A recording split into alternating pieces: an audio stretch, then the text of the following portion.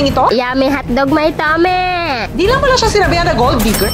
Sinabihan din siyang child abuse. Kapitbahay, it's not a hate video. Dito marirealize natin, especially sa ating mga babae, don't be so easy in trusting someone. Lalo na kung nakilala mo lang siya sa internet. Baka mapahama ka pa dyan. So ito nga kapitbahay ang unang episode ng Palibhasa Babae, kung saan pinag-uusapan natin ang mga storya ng mga kababaihan at kung anong pwede nating ma-realize sa mga naging sitwasyon nila. So yun na nga, babae na naman na nasangkot sa isang viral issue. Naalala nyo ba ang babaeng ito? Yummy hotdog, may tame!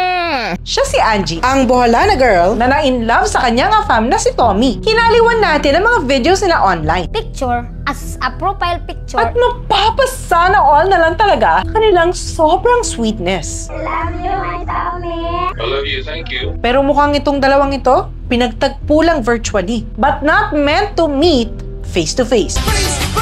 Dahil lang pinlano ni Tommy ang pupunta sa Pilipinas. Di siya nakalagpas sa immigration. Dahil sa mga patong-patong na kaso niya, mula sa robbery case hanggang sex of... Grabe naman to! Kung ikaw ang nasa posisyon ni Angie at sumabog ang mga sikretong ito sa mukha mo, kaya mo ba kaya siyang tanggapin? Karamihan sa atin, we will say no. Ayoko nga dyan, makakahanap pa ako ng iba. Pero si Angge, talagang tinuloy pa rin at pinatunayang mahal niya pa rin ang kanyang afam. Kaso, bago ko ituloy, i-follow niyo muna ang Positively Joangie Facebook page. So ito na nga, papunta na tayo sa nakakawindang na part sa kwento ni Angie sa kanyang live. Meron siyang routine na nakasanayan na habang kausap niya si afam, naging normal na sa kanya ang pagpapadede ng bata. At pagkatapos, diretso na niyang pinapaliguan. At ang kanyang normal na kilos at pag-amoy-amoy sa bata mula mukha, katawan, hanggang sa private part ay in-screen record pala ni Tommy.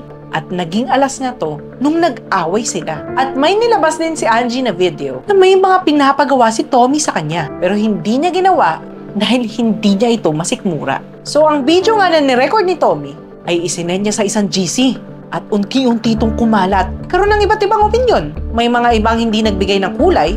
Kaso, talagang hindi mo maiiwasan may ibang husga sa kanya. Lalo na kung hindi naman natin katulad ng kultura. The sad part is, kinuha ang bata sa kanya. At kinasuhan siya ng child at human. Grabe ang nangyari kay Angie. Mula sa afam-afam, sagot sa kahirapan, naging afam-afam.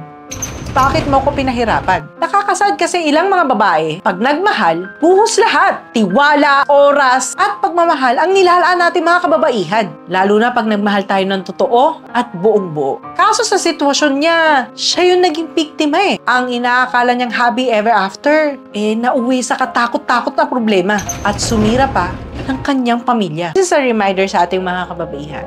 It's okay to believe in happy endings. Yung mga nakikita natin sa movies. O kaya maniwala tayo sa mga nababasa natin sa libro. Na-save tayo ng ating Prince Charming. Pero let's not forget to be cautious. Mag-ingat tayo sa pagbibigay ng tiwala at pagmamahal. Dahil ang dalawang bagay na ito, in-earn yan, pinaghihirapan. Hindi ito dapat parang isang candy na pwede mong pamigay sa kahit kanino lang. At lagi mong tatandaan na hindi porket afam, happy ever after agad. Let's not get it twisted. I don't have anything against having a foreign boyfriend. Siguro, tigil-tigilan lang natin yung ibang Pilipina dyan na tinitingnan ng foreign men as a dollar sign na sila mag-aahon sa'yo sa kahirapan. Tumayo ka, girl! Kumilos ka para sa sarili mo at sa pamilya mo. Aalala mo ba nung bata pa tayo? Sabihan tayong don't talk to strangers kasi baka mapahamak ka. It applies in Angie's case. Maari siyang makulong just because she talked and fell in love with a stranger. Nagustuhan niyo ba yon? Follow for more! Bye!